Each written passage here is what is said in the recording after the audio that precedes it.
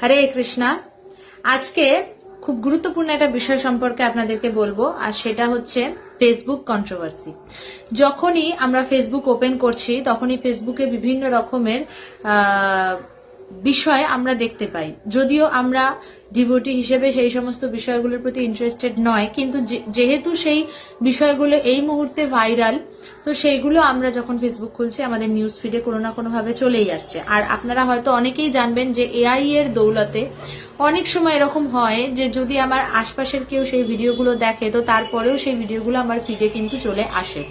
তো দেখুন, অনেক সময় কি হয় না, এরকম অনেক বাহ্যিক বিষয় যেগুলো হয়তো সরাসরি ডিভোশন বা ডিভোটি লাইফের সাথে হয়তো অতটা কানেক্টেড না, তারপরেও সেগুলো জানার পর আমরা কিছু লেসন আমাদের জীবনে গ্রহণ করে থাকি। তো সেই লেসনটা কি, সেই বিষয়ে আজকে আমি আপনাদেরকে বলার চেষ্টা করছি। ফার্স্টলি, আমরা নিজেদেরকে জাজ করি বা নিজের জীবনকে জাজ করি ফেসবুক দেখে। অনেক সময় কিন্তু আমরা আমাদের ভিতরেই টেন্ডেন্সিটা রয়েছে যে ফেসবুকে কারোর ডিপি দেখে, ফেসবুকে কারোর ভিডিও দেখে, ফেসবুকে কারোর ব্লগিং দেখে, ফেসবুকে কারোর মানে এই সমস্ত ধরনের জিনিসগুলো থেকে আমরা নিজেদের জীবনকে জাস্টিফাই করি যে আমরা কি আদৌ হ্যাপি না হ্যাপি না। তো এই যে জাস্টিফিকেশনটা, যে এই যে আপনি ফেসবুকে কারোর জীবন দেখে, সেটা কোনো বড় সেলিব্রিটি হতে পারে, কারোর ফলোয়ার্স দেখে আপনি ভাবছেন যে আরে আমার জীবনেই বোধহয় ভগবান সমস্ত দুঃখ প্রদান করেছে আর তার জীবনটা খুব আনন্দের। এটা শুধু এমন বলছি না যে শুধু বড় কোনো সেলিব্রিটির ক্ষেত্রে হতে পারে, এটা এমনও হতে পারে যে হয়তো আমার পরিচিত কোনো আত্মীয় স্বজন, পাড়া প্রতিবেশী, তাদের সাথেও এটা হতে পারে যে তাদেরও আপনি ফেসবুকে ডিপি দেখে, ভিডিও দেখে আপনি ভাবছেন তারা হয়তো তাদের লাইফে খুব বেশি হ্যাপি, বাট আপনি হচ্ছে সব থেকে বেশি দুঃখী আপনার জীবনে। তো এই যে ভ্রান্ত ধারণা বা ভুল ধারণাটা, ইভেন চৈতন্য মহাপ্রভু তিনিও চৈতন্য ভাগবতে বলেছেন, দ্বৈতে ভদ্রা ভদ্র জ্ঞান সব মনোধর্ম, এই ভালো এই মন্দ সবই বিভ্রম। অর্থাৎ এই যে এখনই ভালো এখনই মন্দ, ভালো আছি বা খারাপ আছি, এটা এক প্রকারের ভ্রম। কারণ কখনো আমরা কাউকে খুব ভালো দেখতে পারি, কখনো আমরা কাউকে খুব খারাপ দেখতে পারি, এবং এটা একটা সাইকেলের মতো। কখনো আমাদের জীবন খুব ভালো চলে, কখনো আমাদের জীবন খুব খারাপ চলে, কিন্তু খারাপটাও চলে যায় এবং ভালোটাও চলে যায়। সো এটা খুব ন্যাচারাল। এটা এই পৃথিবীর বা এই জড়জগতের একটা ধরন বা এই জড়জগতের একটা কি বলে না, কোয়ালিটি। ঠিক আছে? তো কিন্তু সমস্যা সেই জায়গায় হয় যখন আমরা নিজেদেরকে খুব বেশি জাস্টিফাই করে ফেলি, যখন আমরা ফেসবুকে এই বিষয়গুলো দেখি। তো এইটা করা সব থেকে আগে আমি আপনাকে বলছি, যারা আমার এই ভিডিওটা দেখছেন, আপনাকে বন্ধ করতে হবে। কারণ কি, আপনার জীবনেও কিছু ভালো জিনিস আছে, পজিটিভিটি আছে, দয়া করে সেইটা খোঁজার চেষ্টা করুন, দয়া করে সেইটা নিয়ে নিজেকে হ্যাপি রাখার চেষ্টা করুন। দেখুন যে ভগবান আপনার জীবনে এমন কি দিয়েছে। হয়তো ঠিক আছে আপনার ফেসবুকে ভালো ফলোয়ার্স না থাকতে পারে, আপনি ফেসবুকে হয়তো সেই রকম ভাবে হয়তো অতটাও ভাইরাল না, কিন্তু হয়তো হতে পারে যে আপনি তাদের থেকেও বেশি ভালো আছেন। সো প্লিজ, অন্যের জীবন দেখে, অন্যের জাস্ট একটা ফটো দেখে, জাস্ট একটা ভিডিও দেখে নিজেকে জাস্টিফাই করবেন না। হতে পারে আপনি অনেক বেশি ভালো আছেন তাদের থেকেও। ফার্স্ট লেসন এটা।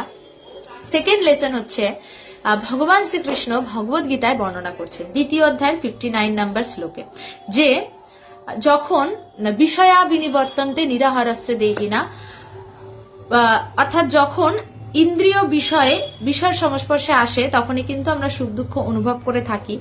তো কিন্তু রসবর্জম রস অপিয়স্য পরম দ্রষ্টা নিবর্ততে, যখন আমরা উচ্চতর স্বাদ লাভ করে থাকি তখন কিন্তু এই নিম্নতর স্বাদগুলি আপনা থেকেই কেটে যায়। তো এই উচ্চতর স্বাদটা কি? উচ্চতর স্বাদই হচ্ছে ভগবান যেই ভগবত ভক্তি কথা ভগবত গীতায় আমাদের উদ্দেশ্যে বর্ণনা করেছেন, সেটি হচ্ছে উচ্চতর স্বাদ। উচ্চতর স্বাদ মানে ডিভিনিটি, ইটার্নিটি। যেই আত্মজ্ঞান, যেই দিব্য জ্ঞান আমরা যখন লাভ করতে পারি, যখন আমরা নিজেদেরকে আধ্যাত্মিক ভাবে জানতে পারি, তখন যে আনন্দ লাভ করতে পারি সেইটা হচ্ছে প্রকৃত আনন্দ। না হলে নিম্নতর স্বাদ কি জানেন?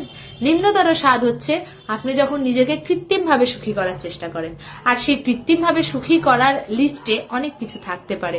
যেমন হতে পারে যে কেউ হয়তো মদ পান করে মনে করছে আমি নিজেকে সুখী মনে করছি, কেউ হয়তো মনে করছে আমি আরো 10টা মেয়ের পাশে শুয়ে নিজেকে সুখী মনে করছি, কেউ হয়তো মনে করছে যে আমার যদি অনেকগুলো অ্যাফেয়ার চলে তাহলে হয়তো আমি নিজেকে সুখী মনে করছি, কেউ মনে করছে যে যদি আমার অনেক অনেক বেশি ফলোয়ার্স থাকে আমি হয়তো নিজেকে সুখী মনে করছি, থাকতে কারোর পারে, কিন্তু মনে করা এটা হচ্ছে সব থেকে বেশি ভ্রান্ত ধারণা। কারণ এই একটা জিনিস সবসময় মনে রাখবেন, কোনো বাহ্যিক বিষয় আপনাকে হ্যাপি রাখতে পারে না, সুখী রাখতে পারে না।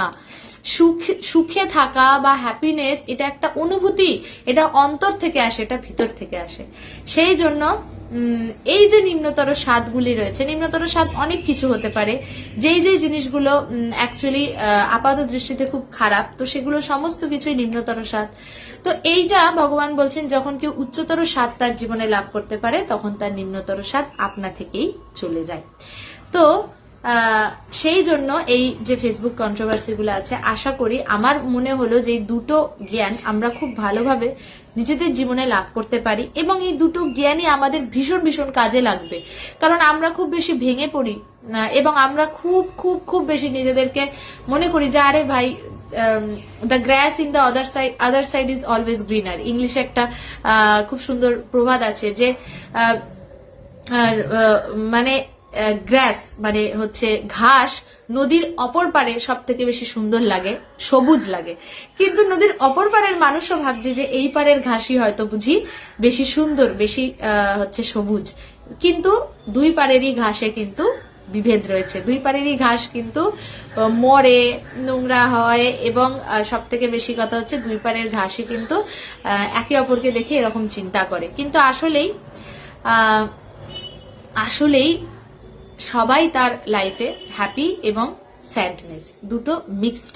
তো এটা আপনাকে বুঝতে হবে এবং সবসময় নিজেকে জাস্টিফাই করলে হবে না।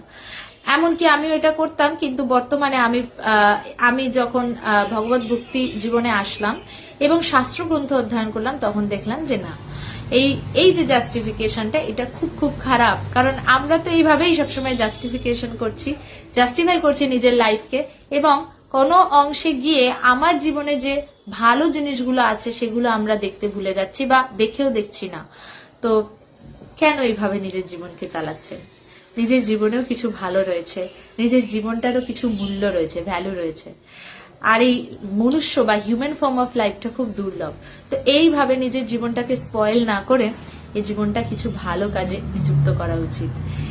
এবং আমার মনে হয় যে সেই ভালো কাজটা হচ্ছে সর্বপ্রথম আপনি এটা বিবেচনা করুন যে আপনিও আপনার জীবনেও ভগবান আপনাকে অনেক কিছু দিয়েছে যেটা নিয়ে আপনি হ্যাপি থাকতে পারেন, খুশি থাকতে পারেন, এবং সর্বোপরি ভগবত ভক্তি জীবন করার সুযোগ দিয়েছেন। নিম্নতর স্বাদ কাদের ছিল জানেন? আমেরিকার সমস্ত হচ্ছে পাশ্চাত্যবাসীদের মধ্যে। কিন্তু আমাদের ইসকন সংস্থাপক আচার্য অভয়চরণারবিন্দ ভক্তিবৃন্দ স্বামী শিল প্রভুপাদ যখন সেখানে গেলেন, ভগবানের দিব্য বাণী প্রচার করলেন, তখন তারা সমস্ত আমেরিকাবাসী, তারা হিপি, তারা সমস্ত ধরনের এই মদ্যপানকারী যারা ছিল তাদের এই মুদিরার নেশা ত্যাগ করে হরিনামের নেশায় মত্ত হয়েছিলেন। আর যার কারণে তারা কিন্তু এখনো পর্যন্ত সেই হরিনামের নেশায় মত্ত হয়ে রয়েছেন। তো আপনিও বা কেন নিজেকে এই উচ্চতর স্বাদে নিযুক্ত করছেন না? তাহলে আপনার নিম্নতর স্বাদ অনায়াসে চলে যাবে। এবং আমিও আপনাদের কাছে সেই বার্তা প্রদান করার জন্য আজকে আসলাম যে দয়া করে মনে করবেন না যে আরে ও তো খুব সুখে আছে। আপনারা দেখুন, আমি জানি না আপনারা কতজন বর্তমান বা কিছুদিন আগেও বিভিন্ন রকমের হয় না যে বিভিন্ন ফেসবুকে বিভিন্ন সময় বিভিন্ন রকম জিনিস চলে, তো আপনারাও জানি না কতজন জানেন, বাট অনেকে হয়তো জানবেন, অনেকে জানবেন না।